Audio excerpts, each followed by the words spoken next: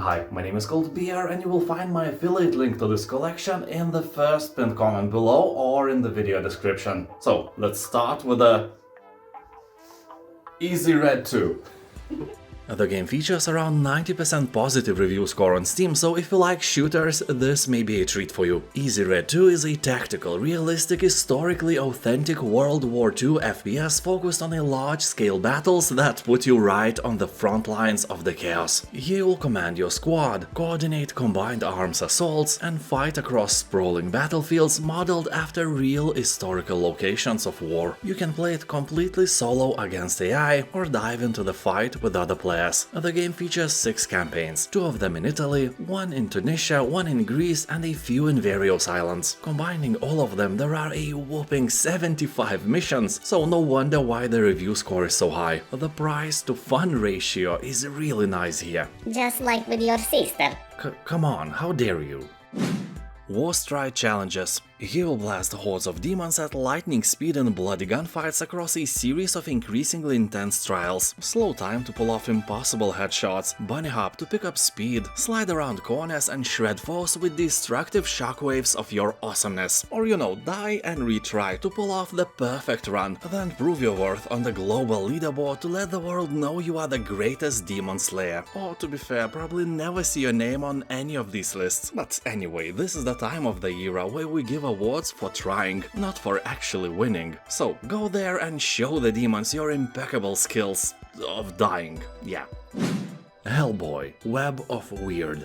Made utilizing the style of original comics, the game will take you on a series of different and unique adventures, and while each story stands on its own, they are all tied to the overarching narrative. The game itself is a roguelite beat-em-up, where you play as a Hellboy and punch various enemies in the face, and in other places as well because you are cool and you can. Various monsters like creepy humanoids, werewolves, stone guardians, skeletons, vampires, deep-sea horrors, and, of course, every cool game must have them, Nazi robots as well. Here you will find 4 worlds, each with 2 to 3 floors leading to a boss. If you die, you start again, but keep permanent upgrades from the orbs you earn. The game is short and will take about 9 hours away from your boring life. The review score on Steam is mostly positive, and that is because players are complaining about slow movement and clunky controls, although if you can survive that, the game is worthy of your attention.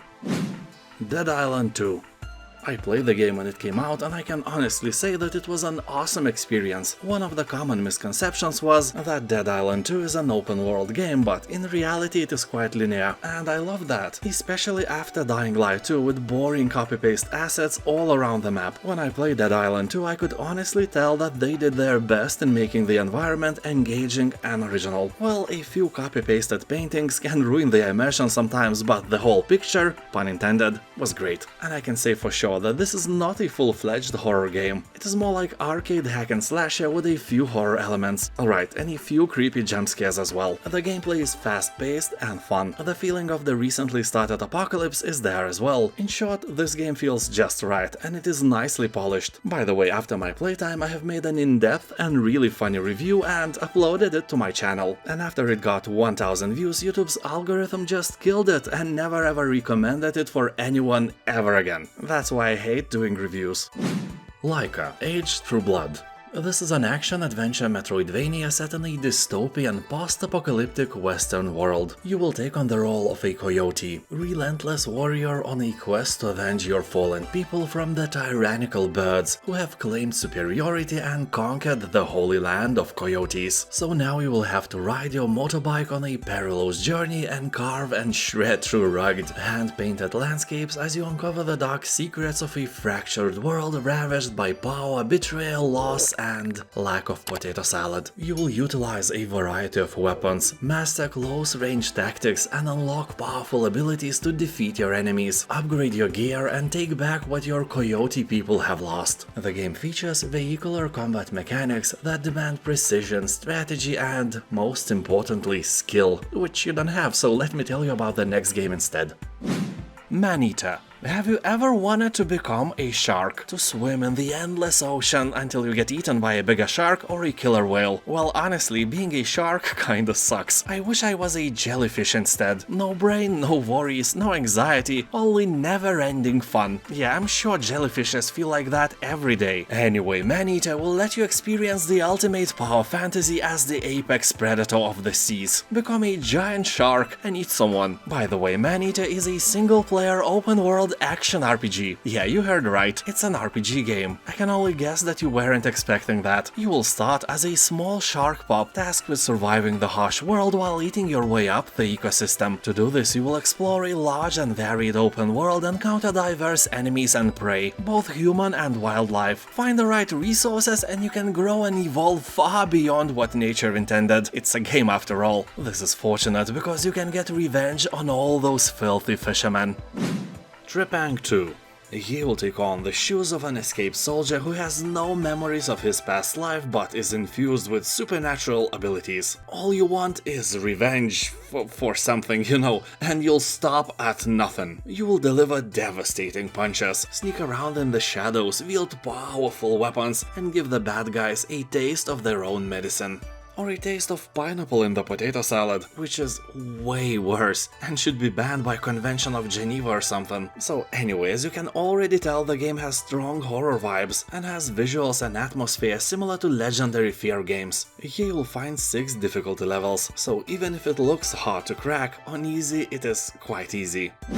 Death in the Water 2. Here you will dodge and carve your way through swarms of terrifying sea creatures, controlled by a vicious, giant, mind-controlling kraken that haunts your every move. You will scavenge for hidden treasure to unlock weapons and upgrades, but the environment of this game will make sure that every dive reveals a new nightmare. As you investigate ruins, wrecks and reefs, the tension escalates. The marine life mirrors real behavior, with sharks and creatures remaining passive unless provoked. So don't splash the water and don't pretend to be a seal. Honestly, this advice is legit not only in this game, but also in real life, except if you are attending a gathering of people who pretend to be seals, which is a very popular thing in Estonia, for example, I'm not joking. So, the game features a campaign, also survival and free roam modes. People on Steam are saying that this game is very detailed and is suitable for almost every first-person shooter horror fan. The only bad thing is, if you get motion sickness easily, then avoid.